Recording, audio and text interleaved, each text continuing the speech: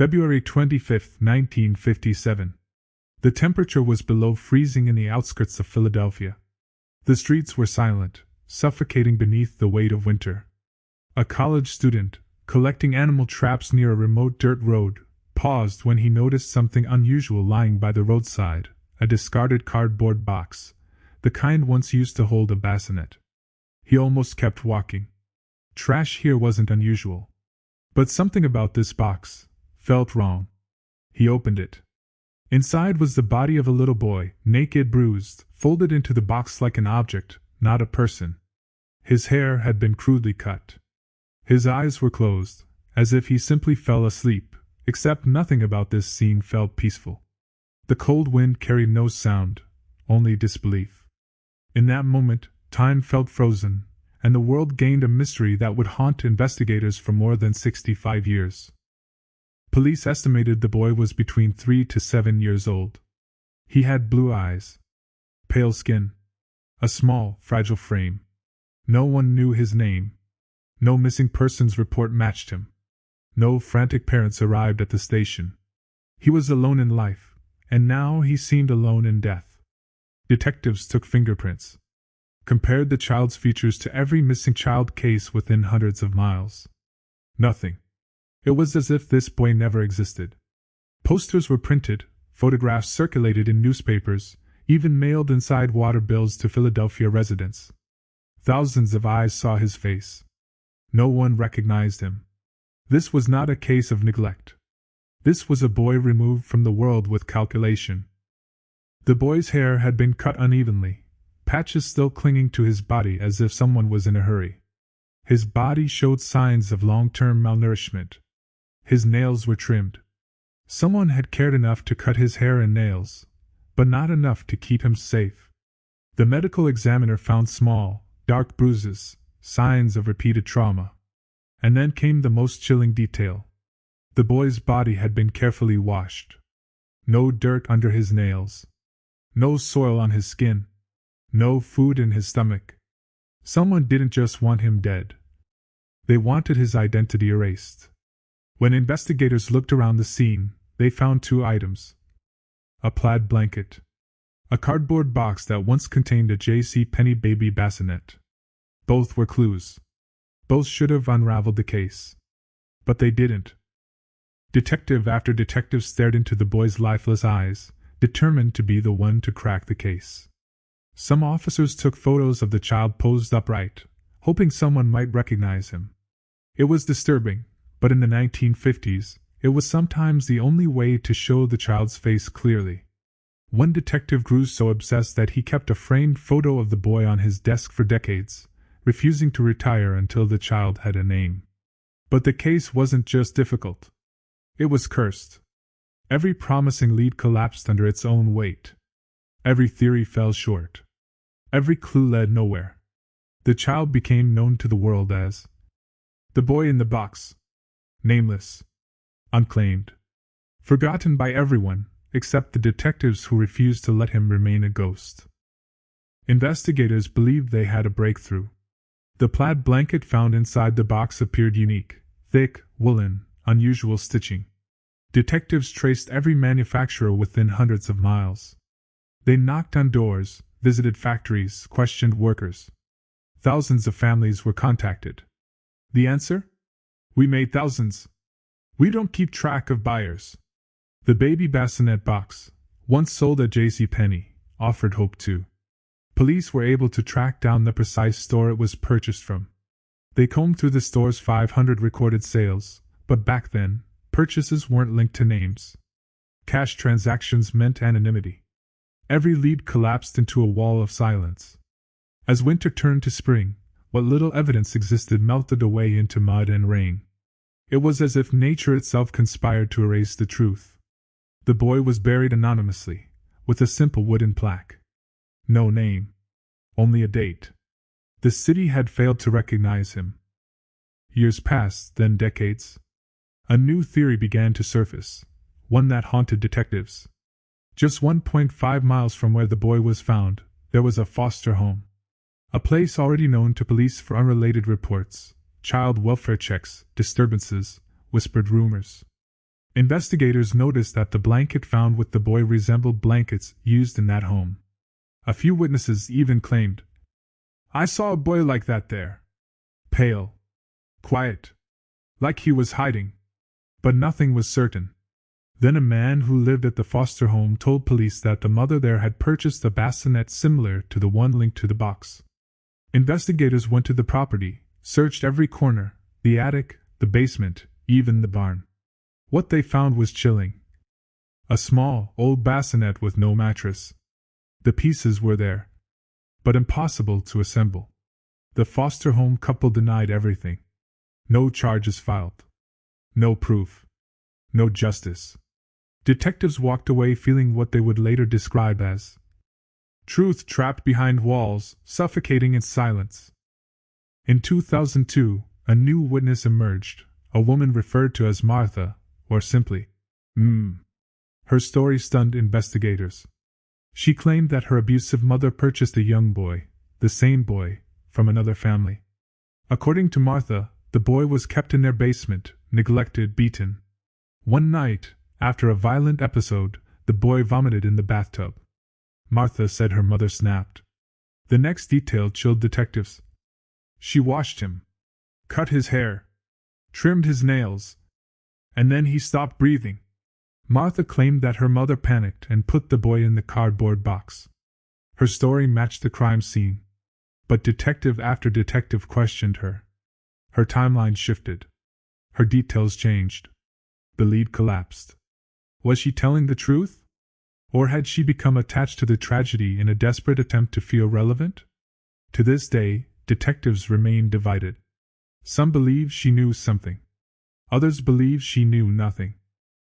The case froze in time. Detectives retired. Then died. The boy remained unidentified. Year after year, people visited his gravesite and left flowers, toys, notes. One officer kept returning every birthday, even after he retired, to whisper, "You are not forgotten." The boy was exhumed in the late 1990s to extract DNA, but the technology at the time was too primitive. Detectives were desperate. They formed a volunteer team of investigators, genealogists, and amateur sleuths. They digitized every file, every photo, every scrap of evidence. Still, nothing. The boy's grave marker read, "America's Unknown Child." For most, that title symbolized mystery. But for the detectives, it represented failure. The case became the Mount Everest of unsolved crimes, too large, too cold, too unreachable. Until decades later, when technology finally caught up with the truth. It was 2019 when the impossible finally became possible. DNA had evolved. Genetic genealogy, the same technique that caught the Golden State Killer, could now use partial DNA to build family trees from public genealogy databases. Detectives exhumed the boy again, but this time, science had an edge. A microscopic fragment of his tooth enamel held enough DNA to begin the process. The investigation shifted from detectives with guns to genealogists with laptops. Night after night, they compared DNA markers to online databases, building family trees based on distant cousins, people who had no idea their DNA would someday help identify a murdered child from the 1950s. Every time they got close, a branch broke. Every promising connection splintered. But the genealogists refused to quit. They grew obsessed, just like the detectives before them. The boy, once forgotten by the world, now had a team of strangers fighting for his name. His DNA pointed to a specific ancestry group from the American Northeast, with roots tied to immigrants from Italy and Scotland. From there, a family tree began to grow, backwards. They traced cousins, then great-grandparents, then siblings. Piece by piece, branch by branch, the tree narrowed to one family line. And then, finally, to one woman. A woman who had given birth to 3 children. 2 were known. 1 was not. That unknown child, the missing son, fit the boy's age, DNA, and timeline. Detectives held their breath. They had cracked the case. In December 2022, Philadelphia police stood before cameras and announced what no one thought would ever happen. After 65 years, After generations of detectives, after endless theories and sleepless nights, the boy in the box finally had a name. Joseph Augustus Zarelli. Born January 13, 1953. Died at just 4 years old. He had siblings. He had a family. He was real. For detectives who spent their lives haunted by the boy's nameless face, this was the moment everything shattered. Some cried openly. One retired officer whispered, "You mattered. You always mattered." Joseph had been hidden, but now, at last, he had been seen. But with the name came darker questions. Joseph's parents were identified. Their names were known. Yet not one report was ever filed when their son disappeared. Not one inquiry. Not one call to police. It was as if Joseph had been erased not only from the investigation, but from his own family history. Detectives tracked down surviving relatives. Most refused to speak. One chilling statement was recorded. "We don't talk about that." Joseph had lived without love. He had died without protection. He had been buried without a name. But now, the world finally knew who he was. With the revelation of Joseph's identity, investigators expected answers. They expected the family to fill in the blanks. Why wasn't he reported missing? Who last saw him alive? What happened inside that home? But instead, they found silence. A heavy, calculated, generational silence. Joseph's mother had passed away years earlier. His father had also died. Detectives located extended relatives, siblings, cousins, distant family, hoping someone would explain, even privately. Instead, the common response was, "We don't discuss that side of the family." No one filed a missing persons report. No obituary. No funeral. It was as if Joseph's existence was an inconvenience to be erased. Detectives now faced the truth colder than the winter of 1957.